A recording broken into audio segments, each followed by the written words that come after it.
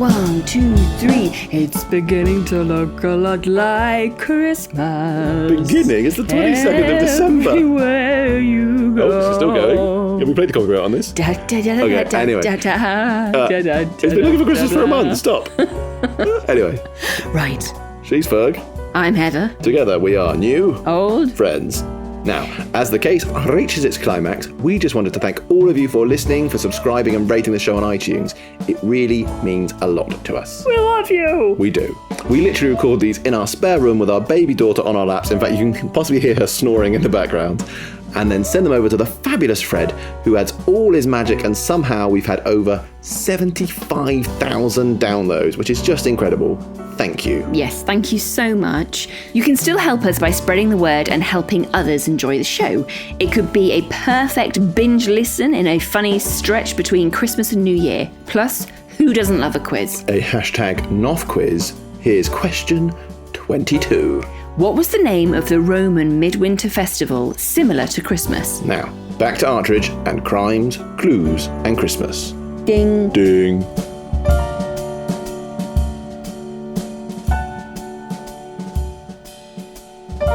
Crimes, Clues and Christmas, Chapter 22.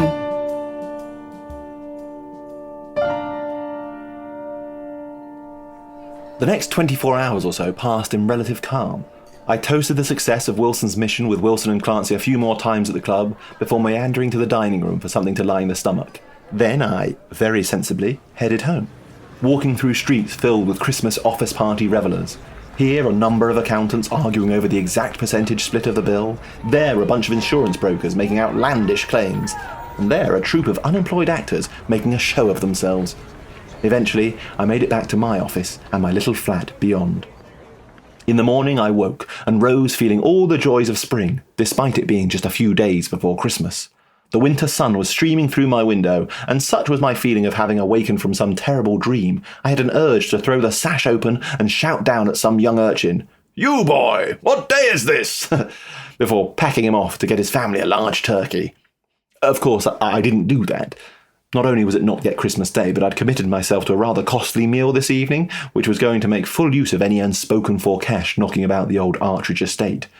But the thought of Chas McConstance in a racy dress was more than salve enough for any financial wounds. Thinking about her outfit brought into focus my own. I'd assured her I'd slap on the old soup and fish, but would need to dig it out from the back of the wardrobe, as reasons for wearing my full evening dress had been few and far between of late. I retrieved the necessary garments and looked at them upon the hanger. A slight flush of guilt washed over me as I noted the hanger was one of Clancy's hated wireframe competitors, and I thought it could probably do with a bit of a clean-up. Out I headed to the dry cleaners, a relatively new addition to the high street, and for the life of me, I couldn't tell you how anyone cleans anything without getting it wet. But that's exactly what they claim to do, and power to them. I tottered down and handed the suit over to a woman with a face lined like a road map of the UK. Full suit ready for tonight? She was clearly a woman of impressive observational skills. $5 bob. My wallet keenly felt the blow, but I was willing to turf over the necessary in order to look my dashing best that evening. While I waited for my clothes to be cleaned, I took the opportunity to head back to the office and catch up on my correspondence, Christmas cards to family members and the like. We Artridges aren't the wealthiest family, but I have a couple of aged old aunts who it behooves me to stay in touch with, lest they take a trip to that country from whose bourne no weary traveller e'er returns, and fail to leave me a little something in their will. And it was thus with little odd jobs that I whiled away the tedious hours between waking and the appointed time to collect Chas. However, just after I'd collected my tuxedo and thrown the thing on, accessorising a lapel with a lovely silver brooch in the form of an orchid, my telephone started to ring. Ring, ring, it went. I looked at it. Telephones are limited in their vocabulary, and so it repeated, ring, ring. I didn't move. Why my inertia, you ask? Well, truth be told, I was concerned it was Chas calling me up to say she thought it over, and on reflection, an evening in my company sounded worse than being flayed alive by some angry clansman from north of Hadrian's Wall. And even the legendary feast that is the Christmas menu at the Ritz was not enough to entice her to endure that. Eventually, for the liver of Peter Artridge is not a lily, I manfully picked up the receiver. Hello? Artridge speaking. Mr. Artridge, I'm so pleased I caught you. I recognised the lisp instantly. It was Rudy Lightfoot. My heart turned somersaults. My date with Chas was still on. Is that Rudy? I asked, relief flooding through me. Yes, I did to speak with the police, but I need to speak with someone. Despite sticking with his pretentious lisp, I could hear the nerves in his voice. What's wrong, Rudy? I asked. Not over the phone. Can you meet me tonight? I'm actually already meeting Chaz. Briefly, Rudy's mood lifted, as did his accent, revealing more of Ronald. Is he, Artridge? Nice one. But then he remembered whatever it was that had worried him enough to call me in the first place. Well, look, bring her. Why not? I really need to talk this through with someone, and two heads are better than one, I suppose. Can't it wait until tomorrow? I pleaded. The energy coming through the phone line from Rudy was hardly the sort conducive to the romantic evening I was hoping and planning for. Please, Mr. Artridge, I think I really messed up. I might be in serious trouble. Can you meet me at the theatre? I looked at the clock on my desk. 6:26. I needed to be leaving to pick Chaz up if I wasn't going to be late. I went through my options in my head. I hadn't actually come up with a plan for what Chaz and I were going to do between my collecting her and the 10 o'clock table time that Wilson had secured for us.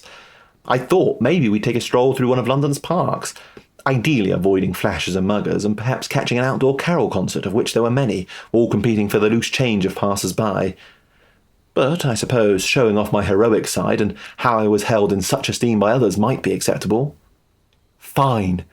I need to pick Chaz up and we'll swing by the theatre. But we can't be too long. I've booked us a table at the Ritz. The Ritz?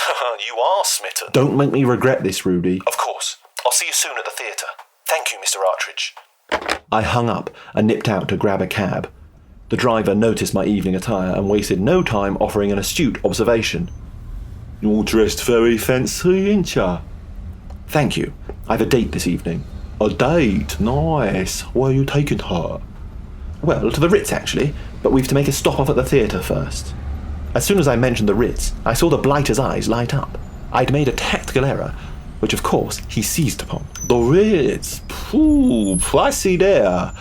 Do you know what impresses a lady more than all that fancy muck though, mate? He was eyeing me in his rear-view mirror. The way a man treats normal, working people like me. Is that so? Oh, yeah. You show a bit of the old largesse and they love it more than any oysters, champagne or what have you. What you want to do, he began, but I already knew I definitely wasn't going to want to do it, is make sure you give me a nice fat tip, see? Now don't you worry, you don't have to point it out. I'll make a big fuss of it like, oh, mister, that is too generous, etc.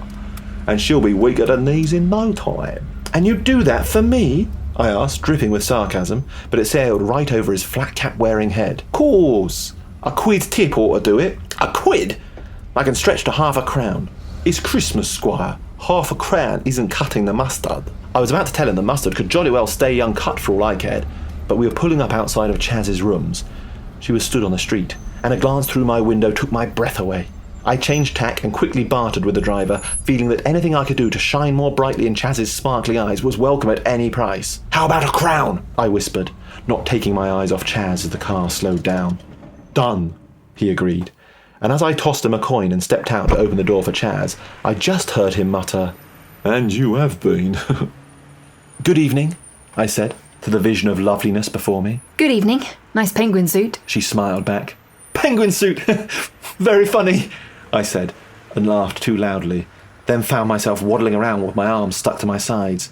What was I doing? What are you doing, you fool? Chided Chaz, but she laughed out loud and playfully hit me on the arm with her clutch bag. I stopped my clowning and opened the door for her. As she stepped in, her bare leg appeared through the slit in the bright red dress she'd mentioned, and I was glad I had hold of the door for support, or I fear I may have swooned. Not the most manly of manoeuvres, a swoon. But luckily, I retained control and quickly hopped around the other side and joined her in the back seat. Slight change of plans, I'm afraid, I said to her. Oh? She looked momentarily disappointed, but rallied quickly. Couldn't get a table at the Ritz. Well, never mind. I'm sure wherever we'll go, we'll have fun. We can end up in the Duke of Courland with Jimmy for all I care. What? No, I got the table. It's just Rudy Lightfoot called me in a flap and has begged me to sort something out for him at the theatre first. I didn't feel it in the spirit of the season to refuse a cry for help, so I've pushed the table to 10 p.m. I little white lied.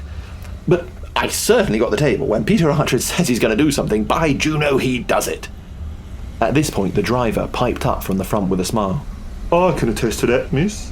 Mr. Artridge here is a regular customer of mine and always treats me well. Why, when he hopped in this evening, first thing he did was tell me he was going to give me a crown for a Christmas tip when we got to the theatre. Isn't that right, Mr. Artridge? He flashed me a toothy grin. I gritted my teeth and agreed. He thankfully stayed quiet for the rest of the journey, allowing Chaz and I to have a bit of a catch-up. She told me that the ballet was still closed, no progress had been made towards replacing Daisy or Marlena, and Barrington had signed himself off with stress until after Christmas. She'd not heard anything from Rudy, but had a theory about his anxiety. He'll have finally laid it on too thick with one of the girls and got himself engaged. He's probably hoping you can help him out of it.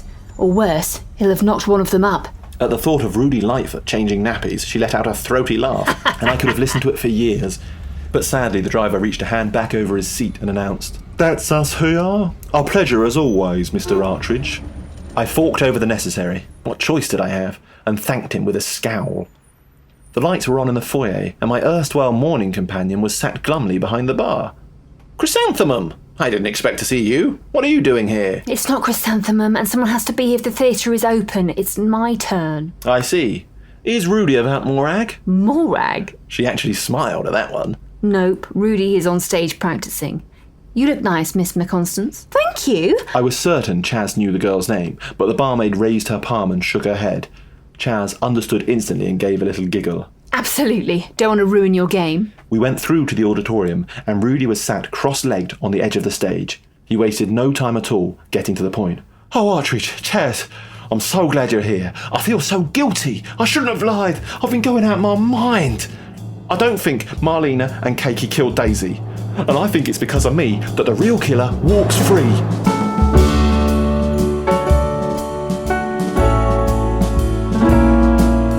Crimes, Clues and Christmas is a New Old Friends production, part of the Comedy Whodunits for Your Ears podcast series. Written and performed by Feargus, Dunlop and Heather Westwell, with sound and music by Fred Riding.